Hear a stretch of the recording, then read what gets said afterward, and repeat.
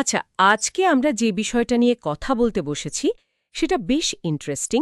Hotel আর coworking space দুটো জায়গাতেই তো মানুষ যায়, সেবা নেয়, কিন্তু গ্রাহককে দেখার দৃষ্টিভঙ্গিটা মানে অ্যাপ্রোচটা বেশ আলাদা।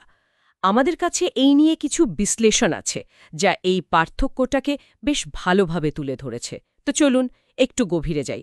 আমাদের লক্ষ্যটা হলো এই সোর্সগুলো থেকে বোঝা কেন দুটোই সেবাভিত্তিক জায়গা হওয়া সত্ত্বেও এই যে গ্রাহক কেন্দ্রিকতা বা কাস্টমার সেন্ট্রিসিটি সেটার মানে এখানে এত আলাদা হয়ে যায়।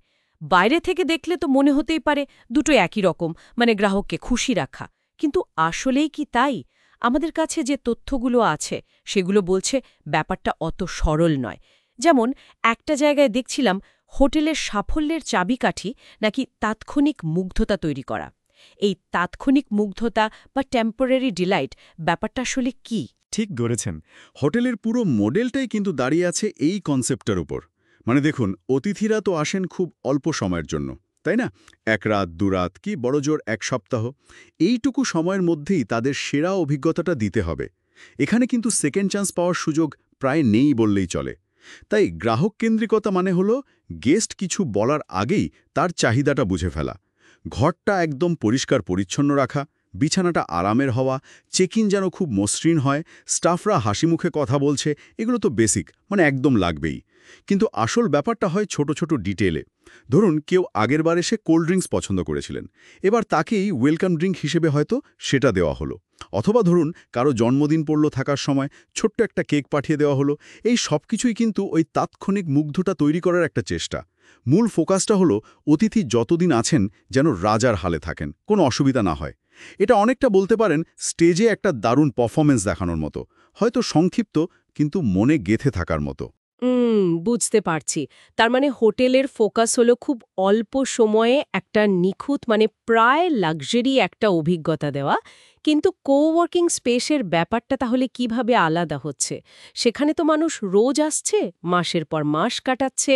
সেখানে কি এই তাৎক্ষণিক মুগ্ধতা দিয়ে কাজ হবে নাকি অন্য কিছু? একেবারেই না। মানে পদ্ধতিটা একদম আলাদা। কোওয়ার্কিং স্পেসের গ্রাহকরা তো ঠিক পর্যটক নন, তারা পেশাদার, উদ্যোক্তা, ফ্রিল্যান্সার। তাদের কাছে আরাম বা বিলাসের চেয়েও অনেক বেশি জরুরি হল কাজের ভালো পরিবেশ, আর সেই পরিবেশের ধারাবাহিকতা, কনসিস্টেন্সি। এখানে গ্রাহক কেন্দ্রিকতার মানে হল দীর্ঘস্থায়ী সুবিধা বা সাস্টেইনড ভ্যালু দেওয়া। শুধু একটা সুন্দর দেখতে ডেস্ক আর ফাস্ট ইন্টারনেট দিলেই কিন্তু হবে না। প্রতিদিন একই মানের সেবাটা চালিয়ে যেতে হবে। ইন্টারনেট কানেকশন যেন সবসময় ঠিক থাকে, এসি যেন ঠিকঠাক কাজ করে, প্রিন্টার যেন চালু থাকে, বাথরুম যেন পরিষ্কার থাকে। এগুলো হলো এখানকার ফাউন্ডেশন। তার মানে এখানে ফোকাসটা মূলত নির্ভরযোগ্যতার ওপর, মানে রিলায়েবিলিটি। হ্যাঁ, নির্ভরযোগ্যতা তো বটেই, কিন্তু তার সাথে আরও দুটো জিনিস যোগ হবে: কাস্টমাইজেশন আর কমিউনিটি। ধরুন একটা টিমের সদস্য সংখ্যা বাড়ল, তাদের জন্য চট করে একটা বড় জায়গার ব্যবস্থা করে দেওয়া। বা ধরুন কোনো সদস্যের অনুরোধে মিটিং রুমের ভেতরের সেটআপটা একটু বদলে দেওয়া হলো। এগুলো হলো কাস্টমাইজেশনের উদাহরণ। আর কমিউনিটি, এখানেই কোওয়ার্কিং স্পেস হোটেলের থেকে সবচেয়ে বেশি আলাদা হয়ে যায়। একটা সোর্সে যেমন বলা হচ্ছে, সেরা কোওয়ার্কিং স্পেসগুলো নিজেদের শুধু জায়গা ভাড়া দেওয়ার কোম্পানি মনে করে না, তারা নিজেদের দেখে একটা বিজনেস গ্রোথ পার্টনার হিসেবে। বিজনেস গ্রোথ পার্টনার, ওহ, এটা তো বেশ ইন্টারেস্টিং শোনালো। কিভাবে সাহায্য করে তারা? মানে কি করে ঠিক? নানাভাবে।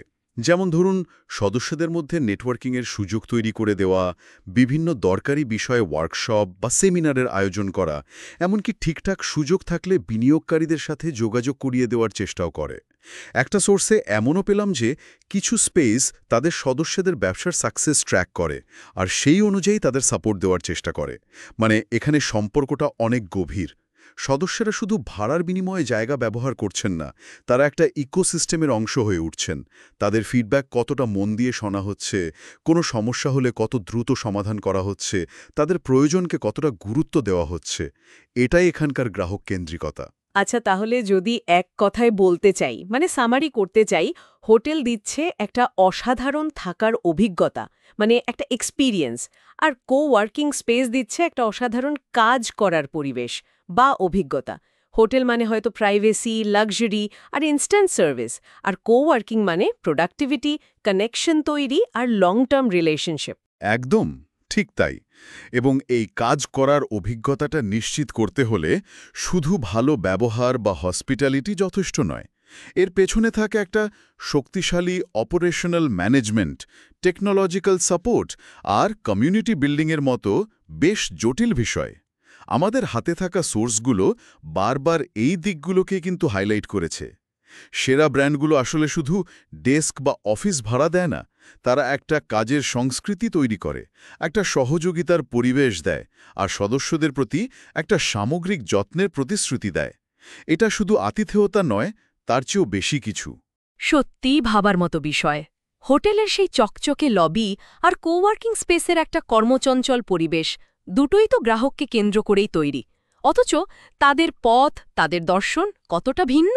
হ্যাঁ, তাই পরের বার কোনো কোওয়ার্কিং স্পেসে গেলে শুধু ওয়াইফাই স্পিড কেমন বা কফিটা কেমন লাগলো সেটা না দেখে একটু খেয়াল করে দেখা যেতে পারে কিভাবে সেখানকার সিস্টেমগুলো সদস্যদের কাজের অভিজ্ঞতাটাকে স্মুথ রাখছে, কিভাবে তারা সেই সাস্টেন ভ্যালুটা তৈরি করছে। এটা লক্ষ্য করাটাও কিন্তু বেশ ইন্টারেস্টিং হতে পারে। আর হয়তো এটাই মূল কথা। এই যে গ্রাহক কেন্দ্রিকতা, এর আসল উদ্দেশ্য শুধু কাউকে তাৎক্ষণিকভাবে ভালো অনুভূতি দেওয়ার নয়, বরং তার আসল উদ্দেশ্যটা পূরণে সাহায্য করা। সেটা হোটেলে এক রাতের শান্তির ঘুম হোক বা কোওয়ার্কিং স্পেসে মাসের পর মাস ধরে নিজের ব্যবসার উন্নতি করা হোক। এই উদ্দেশ্য পূরণের পথ যে কত ভিন্ন হতে পারে, সেটাই হয়তো আজকের আলোচনার সবচেয়ে বড় উপলব্ধি।